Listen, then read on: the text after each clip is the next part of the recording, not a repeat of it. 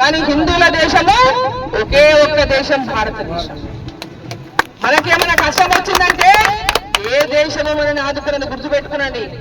మనకేదైనా కష్టం వచ్చిందంటే మన పక్కలున్న హిందూ సముద్రాన్ని మనం మునగాల్సిందే. హిందువులకి ఏమైనా కష్టం వస్తే మనం ఆదుకునేటోళ్ళు లేడు భూమి మీద.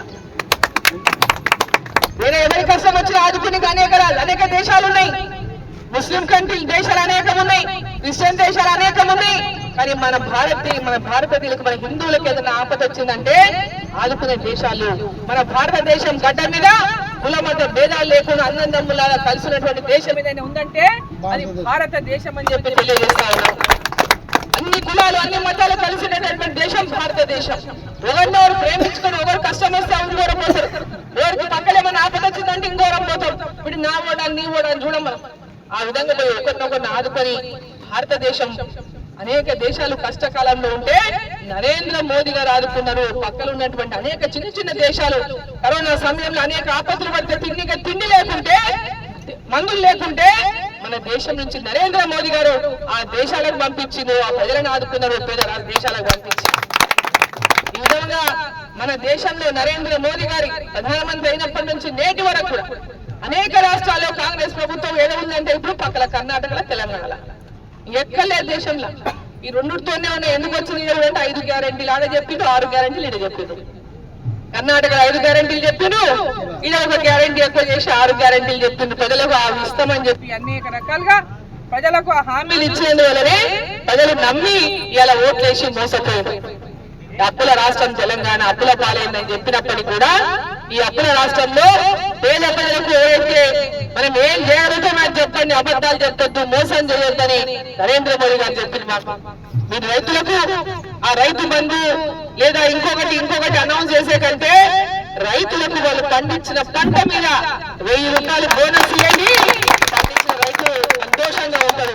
ఎంత పంట పండిస్తే ఒక క్వింటాల్కు 1000 రూపాయలు బోనస్ ఇస్తే ఆ రైతుకు పూర్తిగా మనం సహకారం అందించినట్లే. అంటే ఒక పంట ఒక ఎకరాకు 20 సంచుల ఒడ్డు పడినాయనుకో 20,000 రూపాయలు ప్రభుత్వం సహాయం చేసేది.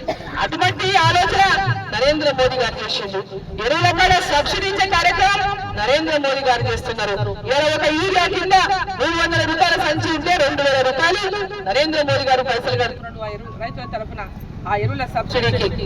సో ఇవన్నీ అనేకమైనటువంటి కార్యక్రమాలు దేశ ప్రజల కోసం మహిళల కోసం ఇలా పెద్ద ఎత్తున ముద్రా లోన్లు ఇస్తున్నారు. చిన్న చిన్న దుకాణాల 50,000 రూపాయల నుంచి 1,00,000 రూపాయల వరకు లోన్లు ఇస్తున్నారు. కుల వృత్తుల వారికి విశ్వకర్మ కింద లోన్లు ఇస్తున్నారు. రైతులకు ఈ రోజు క్రెడిట్ కార్డు 3 లక్షల నుంచి 5 లక్షల రూపాయలు చేసిండు కిసాన్ క్రెడిట్ కార్డు. ఇట్లా అనేకమైనటువంటి పథకాలు ఉన్నాయి. ఈడ భారతీయ జనతా పార్టీ తెలంగాణలో వచ్చినాడే పేద ప్రజల యొక్క కష్టాలు తీర్తాయని మీకు అందరికీ తెలియజేస్తా ఉన్నాం. తెలంగాణలో భారతీయ జనతా పార్టీ అధికారంలోకి రావాలి కూడా ఇక్కడ కూడా భారతీయ జనతా పార్టీ ముఖ్యమంత్రి ఉన్ననాడే కేంద్రం నుంచి వచ్చే ప్రతి రూపాయి ఇక్కడ పెద్ద ప్రజలకు అందాలంటే ఇక్కడ కూడా భారతీయ జనతా పార్టీ రావాలి. ప్రతి ఇల్లు లేని పేదోళ్ళకి ఇల్లు కావాలి. ప్రతి ఒక్కరికి పేదవాళ్ళకి ఏ దిక్కు లేని వాళ్ళకి ఒక ఆసరా ఉండాలి. ఏ విధమైనటువంటి పథకాలు కేంద్రం పెట్టిందో అవన్నీ మీకు తెలియజెప్పాలంటే అవన్నీ మీ దాకా రావాలంటే ఇక్కడ కూడా భారతీయ జనతా పార్టీ ప్రభుత్వం రావాలి. భారతీయ జనతా పార్టీ ప్రభుత్వం రేపు భవిష్యత్తులో రావాలంటే ఇప్పుడు రాబోయేటటువంటి స్థానిక సంస్థల ఎన్నికలు అవి సర్పంచ్ కావచ్చు, ఎంపీటీసీ కావచ్చు, జెడ్పీటీసీ కావచ్చు, ఈ ఎన్నికలలో స్థానిక సంస్థల ఎన్నికల్లో భారతీయ జనతా పార్టీ నిలబెట్టిన వాళ్ళని గెలిపియాలి. వాళ్ళు నిలబడితే గెలుస్తారే పొద్దున ఇంటింటికి పోయి చెప్తారు, ఇగో భారతీయ జనతా పార్టీ కోటే, భారతీయ జనతా పార్టీ కోటే. లేకుండా మన చెప్పుతోళ్ళు లేకుండా అందుకే గ్రామాల్లో సర్పంచ్లను గెలిపియండి, వార్డు మెంబర్లను గెలిపియండి, ఎంపీటీసీలను గెలిపియండి, జెడ్పీటీసీలను గెలిపియండి. భారతీయ జనతా పార్టీని గ్రామం నుంచి బలోపేతం చేయండి. వచ్చే ఎన్నికల్లో తెలంగాణలో భారతీయ జనతా పార్టీ అధికారంలోకి రావాలి. ఇలా సర్పంచ్లకు ఇచ్చే పైసలన్నీ మోదీ గారు ఇచ్చే పైసలే. కేంద్ర ప్రభుత్వంకి వెళ్ళి వచ్చేవాడికి ఏం లేవు. మళ్ళీ ఈయన కూడా ట్యాక్సులు కడతలేరా? కడతలేరా? మరి ఈ రాష్ట్ర ప్రభుత్వం ఏమైనా ఇస్తలేదు? సర్పంచ్లకు ఏమి ఇస్తలేదు, 1 రూపాయి వస్తలేదు. ఇలా సీసీ రోడ్లు కేంద్ర ప్రభుత్వం ఇచ్చేవి, ఇలా ఊళ్ళో వేసే బల్బులు లైట్లన్నీ కేంద్ర ప్రభుత్వం ఇచ్చేవే, శ్మశాన వాటిక కడితే కేంద్ర ప్రభుత్వం ఇచ్చిందే, రైతు వేదిక కడితే కేంద్ర ప్రభుత్వం ఇచ్చిందే, అంగన్వాడీల పిల్లలకు తిండి పెట్టేది కేంద్ర ప్రభుత్వం ఇచ్చిన పైసలే, స్కూళ్ళలో మధ్యాహ్న భోజనం పెడితే కేంద్ర ప్రభుత్వం పెట్టే పైసలే. ఇలా రేషన్ కార్డు ఉన్న ప్రతి పేదవాళ్ళకు ఫ్రీ బియ్యం ఇస్తుందంటే నరేంద్ర మోదీ కేంద్ర ప్రభుత్వం ఇచ్చేటే. చెప్పుకుంటూ పోతే అనేకమైనటువంటి పథకాలు ఉన్నాయి. ఈ రోజు అవన్నీ కూడా మీకు పెద్ద ఎత్తున అధికారంలోకి వచ్చినాడే పేద ప్రజల యొక్క నరేంద్ర మోదీ గారి లక్ష్యం వికసిత్ భారత్ అంటే వికసించినటువంటి భారత్ చూడాలి కలలు కడుతున్నటువంటి ఆయన కళలు నిజం కావాలంటే మనం కూడా ఇక్కడ పెద్ద ఎత్తున మార్పు తేవాలి. తెలంగాణలో భారతీయ జనతా పార్టీని అధికారంలోకి తేవడానికి ప్రతి గ్రామంలో ఇలా ఎన్ని పార్టీలకైనా ఓట్లేసింది గతంలో టీడీపీ కేసులు, కాంగ్రెస్ కేసులు, టీఆర్ఎస్ కేసులు, మళ్ళీ ఇప్పుడు కాంగ్రెస్ కేసులు, కానీ బీజేపీకి అయినా మొన్న పార్లమెంట్ లో కొంతమంది వేసింది, మొన్న గెలిపించారు పార్లమెంట్ మొట్టమొదటిసారి.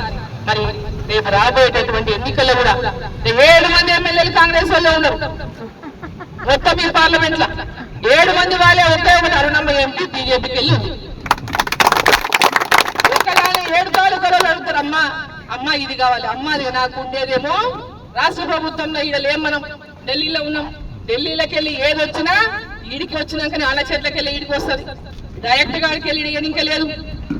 కాబట్టి ఈ రోజు నా పరిధిలో ఉన్నటువంటి నా ఫండ్స్ నుంచి చాదరైనంత వరకు నేను అన్ని గ్రామాలకు, అన్ని తాలూకాలకు, 7 తాలూకాల ప్రజలకు ఎక్కడెక్కడ ఏ అవసరం ఉన్నా ఏదున్నా సర్దుకుంటూ పోతున్నాం. ఇగో ఈ సంవత్సరం మీరు తీసుకురండి, ఇగో ఈ సంవత్సరం మీరు తీసుకురండి, ఇగో ఈ సంవత్సరం మీరు పెట్టుకోండి. అట్లే సీసీ రోడ్డు కూడా ఎన్ఆర్ఈజీఎస్ కింద సీసీ రోడ్డు కూడా ఈ సంవత్సరం పెట్టించడం చాలా మీ సీసీ రోడ్లన్నీ కూడా శాంక్షన్ చేపిస్తామని చెప్పి మీకు అందరూ తెలియజేసుకుంటూ, మరి మీరందరూ వచ్చేటటువంటి ఎన్నికలు గుర్తు పెట్టుకోండి. గ్రామంలో ఇప్పుడు వచ్చే ఓట్లు ఏ ఓట్లు వచ్చినా అవి మీకోసం, మీ భవిష్యత్తు కోసం అనుకొని మీరు ఓట్లు వేయాలి. ఇంతవరకు అందరిని చూసి అందరిని వేసి ఇంకా అయిపోయింది వాళ్ళు చేసేది చూసింది, చేస్తున్నారు కూడా చూస్తున్నారు. కాబట్టి రాబోయే కాలం మళ్ళా ఒక మంచి కాలం ఈ దేశంలో రావాలంటే ఇక్కడ మనం భారతీయ జనతా పార్టీ గెలవాలి. మీరు అందరూ ఆదరించండి. అది భారతీయ జనతా పార్టీకి వెనక ఉండండి, అండగా ఉండండి. గ్రామాలలో ఉన్నటువంటి ప్రజలు, రైతులు వెనకటికి అంతా కాంగ్రెస్ కాంగ్రెస్ అంటున్నా అన్నాడు. అప్పటి కాంగ్రెస్ ఇప్పుడు లేదు, ఆ కాంగ్రెస్ వేరే ఈ కాంగ్రెస్ వేరే ఇప్పుడు లేదు. ఈ దేశంలో నరేంద్ర మోదీ తప్ప బలమైన నాయకత్వం ఎవరు చేపట్టే పరిస్థితి లేదు. పైన నాయకుడు గట్టిగా ఉంటేనే కింద అన్ని గట్టిగా ఉంటాయి. కాబట్టి అవన్నీ కూడా ఆలోచన చేసుకుని ప్రతి ఒక్కరు కూడా రాబోయేటటువంటి ఎన్నికల్లో భారతీయ జనతా పార్టీకి అండగా ఉండాలని చెప్పి మనందరూ కూడా కోరుకుంటూ అందరికీ కూడా ధన్యవాదాలు తెలియజేస్తూ భారత్ మాతా కీ జై.